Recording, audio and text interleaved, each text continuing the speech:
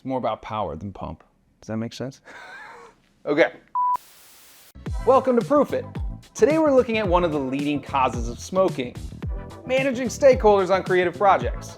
We all know that coordinating feedback from a mix of internal teams, external clients, execs, and sometimes even consultants can feel like trying to split the check at a table of 30. Without clear roles and structured processes, you end up with conflicting opinions, missed feedback, and blown deadlines, all of which can derail even the most promising creative project. So let's get this beast under control. First, let's talk about the types of stakeholders. In any creative project, there are those who give final approvals and those who merely need to be kept in the loop. Lurkers, if you will. For instance, on a campaign, you might have the creative director and the client's marketing lead be the final arbiters, while the legal and finance teams just need periodic updates. By clearly delineating who's responsible for what right from the start, you prevent the ugly scenario of receiving contradictory directives, like one person saying, "Make it more vibrant," while another says, "Tone it down." What does that even mean? Next up is feedback loops. Imagine you're working on a social media campaign and feedback arrives through scattered emails, Slack messages, and even quick comments on Zoom. You're cooking up a big stew of endless revisions, and you know the taste is bitter. At Zyflow, we found a creative agency that reduced its revision cycles by nearly 30% simply by centralizing all that feedback. When all comments and suggestions are logged directly on the creative asset, say a video ad or a graphic, your team can quickly see, prioritize, and act on feedback without sifting through endless threads. Delicioso!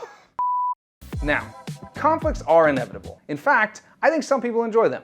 Say you have two designers. One pushes for bold, eye-catching visuals, while the other wants a minimalist approach. In a high-stakes campaign, differences like these can lead to a final product that feels disjointed. That's when relying on objective criteria, like your brand guidelines or project brief, becomes so important. By having a foundational document, teams can refer back to pre-established goals and settle disputes with data and clear objectives. Also, this isn't just me making stuff up. Brands like Apple and Nike have built their creative process around strict brand standards that help mitigate these internal conflicts.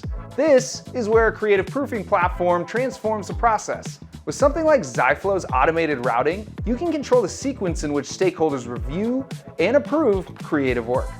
Say you've got a video ad that needs to be approved by several parties. First, the in-house creative director, then the client's marketing team, and finally the legal department. Zyflow makes sure each party sees the proof in a controlled order, minimizing overlapping comments and reducing the chances of miscommunication. We saw an agency that saved over 10 hours per week in feedback management alone. That's so much time freed up for you two. So here's your Proof It tip of the day. Always set clear boundaries and define roles early on in your project. Make sure everyone, whether it's a creative director, client executive, or legal advisor, knows their specific part in the review process. This not only reduces conflict, but also ensures that each round of feedback is focused and actionable. Thanks again for tuning in to this episode of Proof It. If you're ready to bring order to your creative tornado and manage stakeholder feedback like a pro, go ahead and give Zyflow a try. Start your free trial today by visiting zyflow.com. And until next time, keep those creative ideas flowing and your processes smooth.